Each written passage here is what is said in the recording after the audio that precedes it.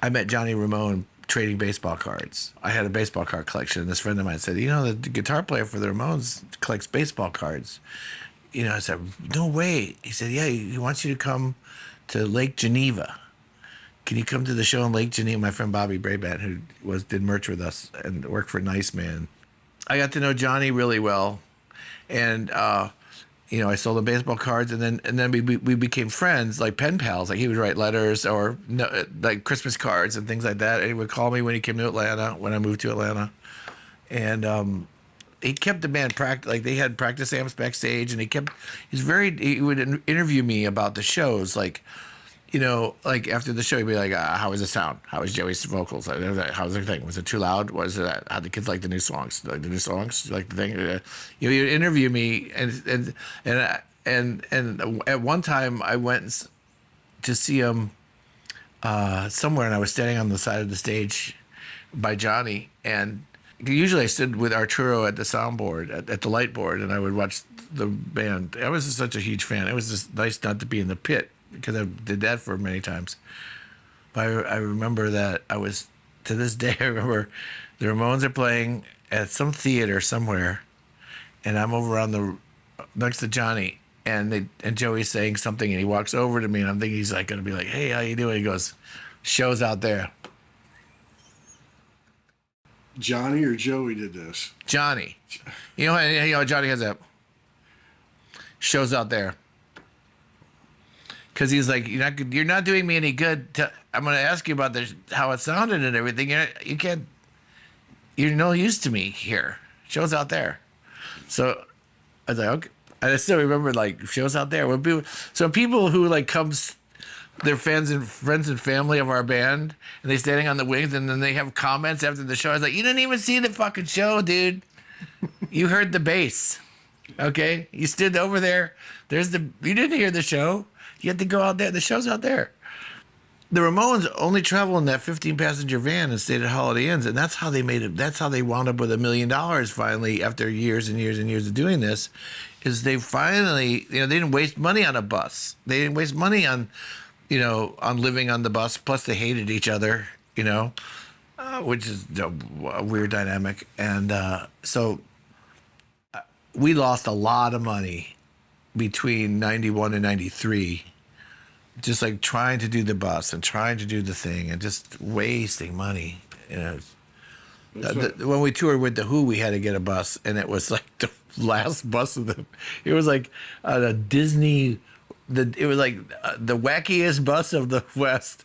It was this bus, and it was just throwing out. There was something wrong with the exhaust, and they would fill up with diesel fumes and black smoke. In the morning, there'd just be there'd be black. So the first 3 or 4 shows of the Who thing, we had this buzz. It was just spitting out. We're just I was so fucking embarrassed to pull in the backstage of those things. Here come those wacky rednecks. Here come the Clampets. Here come the Clampets. So all you need to do is put a goddamn rocket chair on the top. Somebody gave all the solo cups inside were full of soot. It was just. Once they gave us Ronnie Millsap's bus, once we got Ronnie Millsap's bus. I don't think it was that one.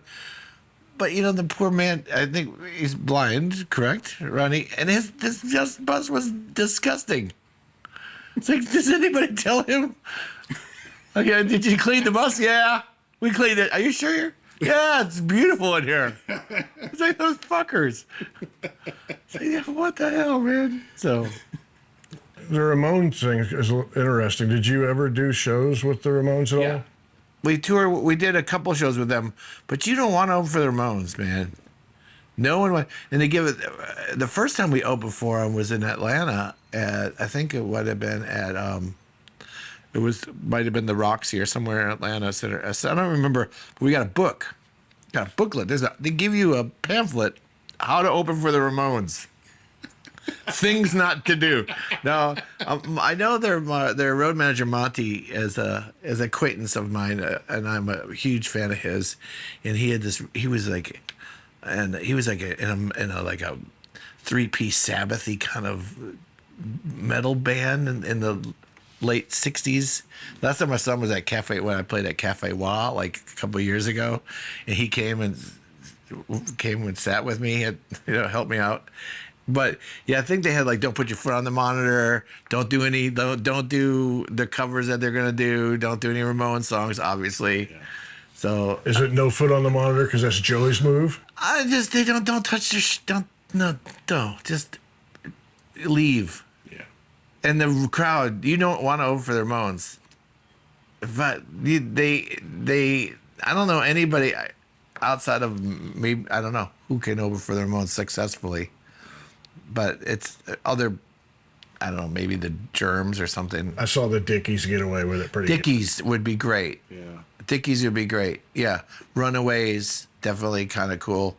But your local rock band, they're going to eat you alive. Yeah, like a major touring act. But I don't think they ever brought touring acts in the 80s, past the 80s.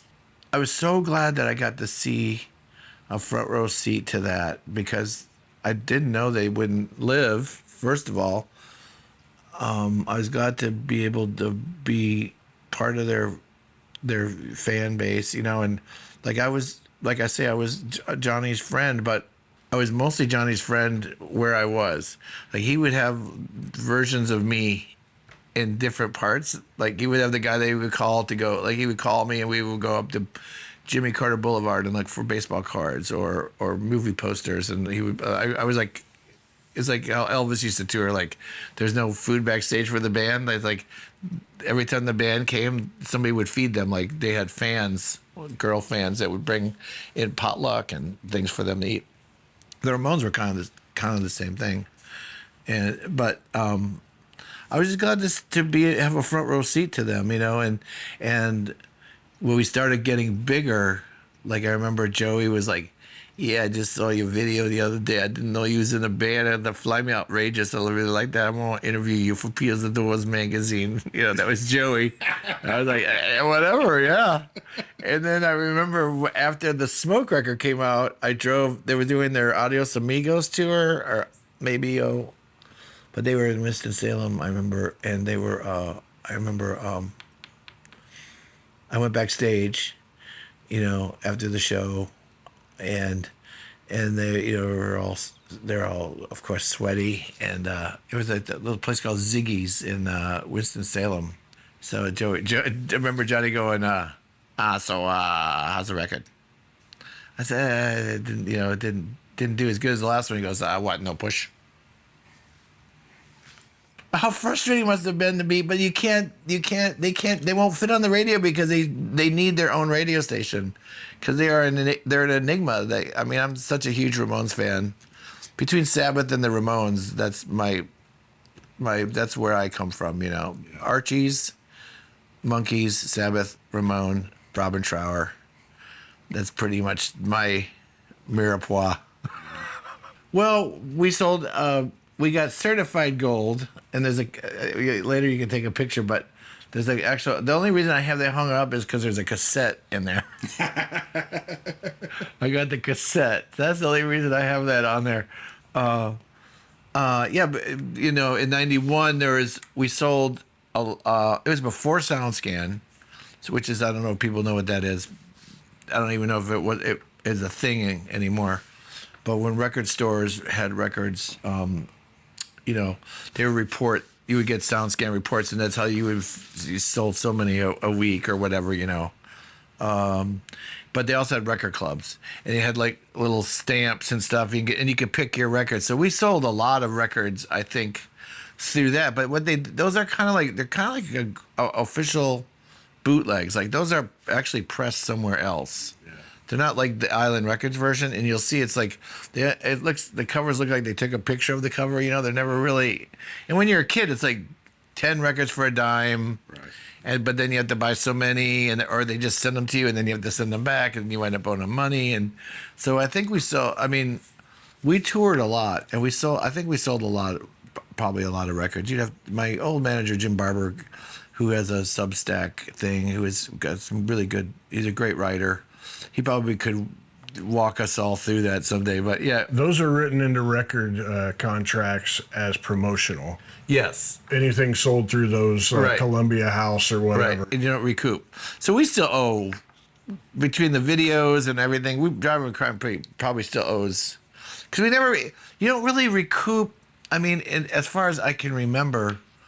I mean, unless you sell 2 to 3 million, you're gonna owe. You're just gonna owe because, in actuality, did I sign a record deal? When you offered me a record deal, was I thinking like I need to make? I was just like, you're gonna pay for my recording, and I'm gonna be on a record label, and it's Island Records. I don't care. I just want to be on Island Records. And so, I'm glad I didn't know the details because they would have just. I didn't really care. They were paying for stuff and recouping wasn't really even a thing. So yeah, we thought probably sold probably more than I don't know. And plus we didn't have SoundScan either. So it was like I think we sold a lot of records that weren't reported. And then there's not a lot of them laying around. I know that we must have sold. Well, Fly Me didn't really come out on vinyl except in Europe either, so that was kind of weird, you know. How were you guys touring then? Like, were you just getting by financially? I think we were on a. I think I was on. I think I was making like. I was on a sell like a. I think I made like some 3,000 a month or something, or maybe 700 a week. I don't know what I was on. I would think I was on some sort of like, or our just management put us on a, you know, because we had tour buses, and all the financial things that go with rising. You're great. Okay, you're rising, and we need a tour bus. We're saving on the hotels. Well, now you're not sleeping in a hotel, and then you get to the point where you're in the bus, and then you get a hotel. So you got that, and then you got the hotel. Now you got a truck because you want to get a truck. They have a truck and a bus, and so you have and it's just you're just bleeding money, which is fine when you're on the way up. Now, when you level off or you start going down, and you got used to all these things, now you're really draining your bank account. So